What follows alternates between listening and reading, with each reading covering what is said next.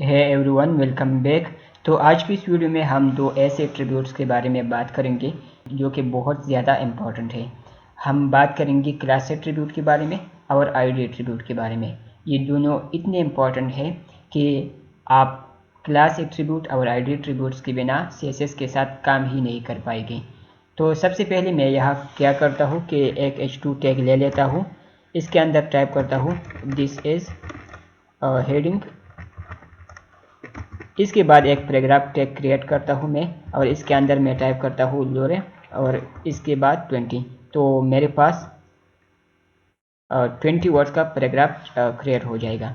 इसके बाद मैं एक h2 टैग और ले लेता हूँ और इसके अंदर टाइप करता हूँ दिस इज़ आल्सो हेडिंग। इसके बाद एक पैराग्राफ टैग और ले लेता हूँ और इसके अंदर भी 20 वर्ड्स का टेक्स्ट क्रिएट करता हूँ। तो लोरे 20 और एंटर हिट करता हूँ। कंट्रोल एस से मैंने सेव किया, फाइल के नाम पर राइट क्लिक किया, कॉपी पाथ किया और ब्राउज़र को ओपन किया। यहाँ सर्च बार में कंट्रोल वी से पेस्ट किया और एंटर हिट किया। तो अब मेरा टेक्स्ट कुछ इस तरह दिखाई दे रहा है।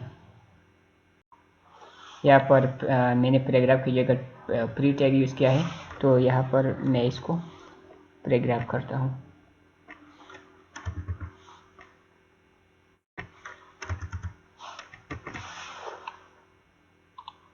यहाँ पर मैंने रिफ्रेश किया, तो अब मेरा टेक्स्ट कुछ इस तरह दिखाई दे रहा है। यहाँ पर एक हेडिंग है, फिर पैराग्राफ है, फिर एक हेडिंग है h2 में और फिर पैराग्राफ है। अब मैं क्या चाहता हूँ, मैं चाहता हूँ कि इस पहली वाली हेडिंग का कलर रेड हो जाए।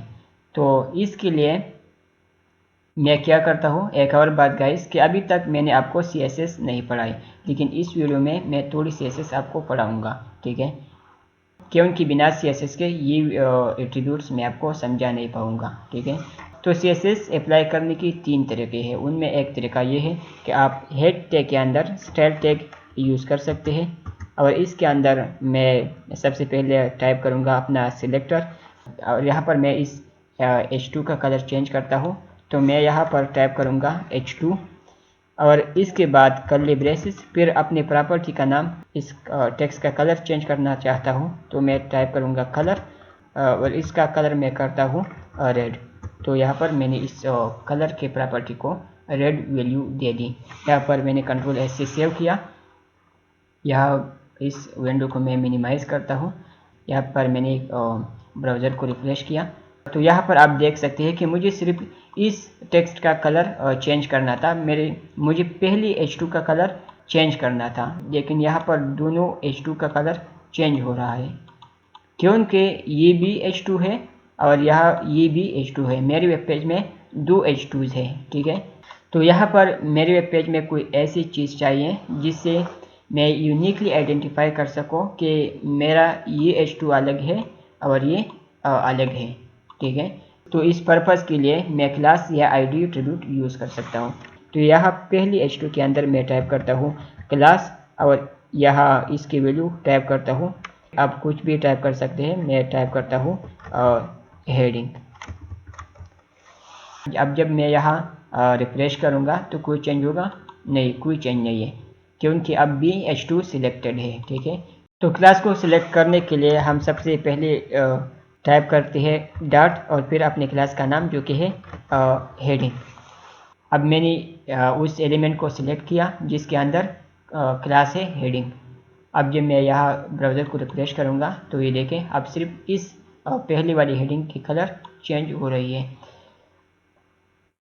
अब फॉर एग्जांपल इसी तरह मैं इस पी टैग को के अंदर भी एक क्लास डिफाइन करता हूँ। यहाँ पर टाइप करता हूँ लेट्स से लाइंस। यहाँ पर मैं इस लाइन वाली क्लास को थोड़ी स्टाइल देता हूँ। तो सबसे पहले मैं टाइप करूँगा डॉट क्योंकि मैं अपनी क्लास को सिलेक्ट करता हूँ, ठीक है। फिर टाइप करता हूँ अपनी क्लास का नाम जो कि है लाइंस। इसके अंदर मैं इसका कलर या इसका बैकग्राउंड कलर में टाइप करता हूँ और ब्लैक, और इसका टेक्स्ट कलर मैं करता हूँ वाइट।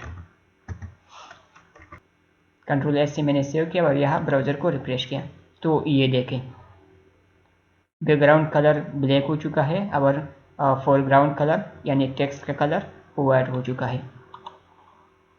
अब ये था क्लास एट्रीब्यूट। इसी तरह मेरे पास है आईडी एट्रीब्यूट। यहाँ पर मैं करता हूँ इसको आईडी, और यहाँ बी मैं क्लास की जगह टाइप करता हूँ आईडी। तो आईडी को सिलेक्ट करने के लिए हम सबसे पहले टाइप करते हैं नंबर साइन, या इसको हम हैश भी बोलते हैं। यहाँ लेंस भी एक आईडी बन चुकी है अब, तो यहाँ इससे पहले भी मैं हैश टाइप करता हूँ। कंट्रोल एस से मैंने सेव किया और यहाँ ब्राउज़र को रिफ्रेश किया, तो अब भी सेम रिजल्ट आ रहा है। तो अब बात करते हैं कि दो चीज़ें क्यों हैं। तो देखें, यहाँ पर आपको एक बात ध्यान रखनी है कि आईडी आपके वेब पेज में हमेशा यूनिक रहेगी। आपने जब एक एलिमेंट को एक आईडी दे दी, तो दूसरे एलिमेंट को सेम आईडी आप नहीं दे सकती, लेकिन आप मल्टीपल एलिमेंट्स को सेम क्लास दे सकती है। आप एक से ज़्यादा एलिमेंट्स को सेम आईडी नहीं दे सकती, लेकिन आप मल्टीपल एलिमेंट्स को सेम क्लास दे सकती है। मिसाल के तौर पर मैंने इस h2 को आईडी दी हेडिंग, लेकिन मैं यहाँ इस वेब पेज के अंदर किसी दूसरी एलिमेंट को हेडिंग नाम से आईडी नहीं दे सकता।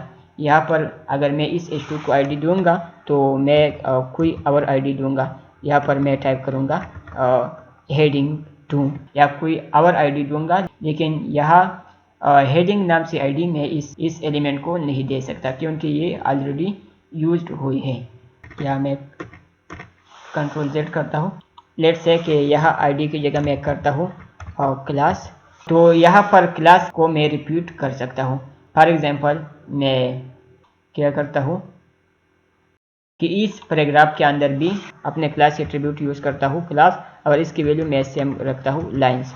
अब यहाँ पर क्लास एट्रीब्यूट की वैल्यू रिपीट हो रही है। यहाँ पर भी क्लास एट्रीब्यूट की वैल्यू लाइंस है और यहाँ पर भी लाइंस है।